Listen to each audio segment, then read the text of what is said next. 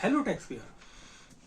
Mitro, today we are going to discuss section 80C, read with context of public provident fund.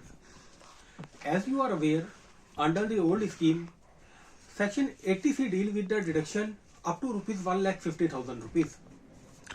And this deduction is available only on the payment basis.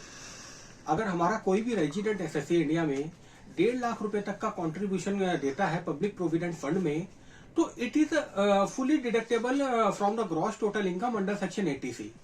अब मैं आपको एक बात बताना चाहूंगा, जो public provident fund होता है it is open for all common man in India, whether salaried class person, whether self employed, unemployed.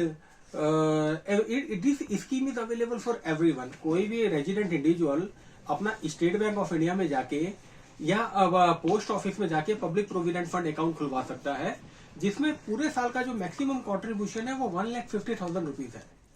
और पब्लिक प्रोविडेंट फंड को सोने की अंडा देने वाली मुर्गी कहा गया है, बिकॉज इसमें जो हम कंट्रीब्यूशन डालते हैं it is deductible under section 80C, और जो इंटरेस्ट इसके ऊपर आता है that is also exempt under section 10 of the income tax act. और जो ऑन मैच्योरिटी आपको पैसा मिलेगा after 15 years that is also fully exempt from tax.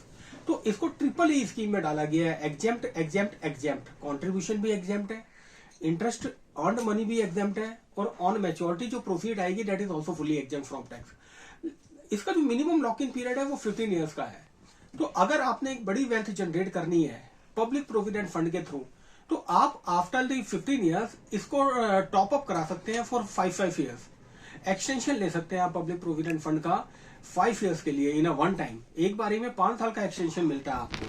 तो अगर आप 2 एक्सटेंशन भी कराते हैं तो आप देखेंगे कि अगर आप 1.5 लाख रुपए भी 15 साल तक डालते हैं और इसका 2 बार एक्सटेंशन ले लेते हैं, तो you will got 1.5 to 1.70 CR after the 25 years.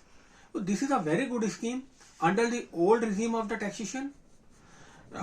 Now our government is main focus on the new regime of the taxation, but still the old scheme is applicable for settled class of taxpayer. A person who adopted a old scheme, he may continue it.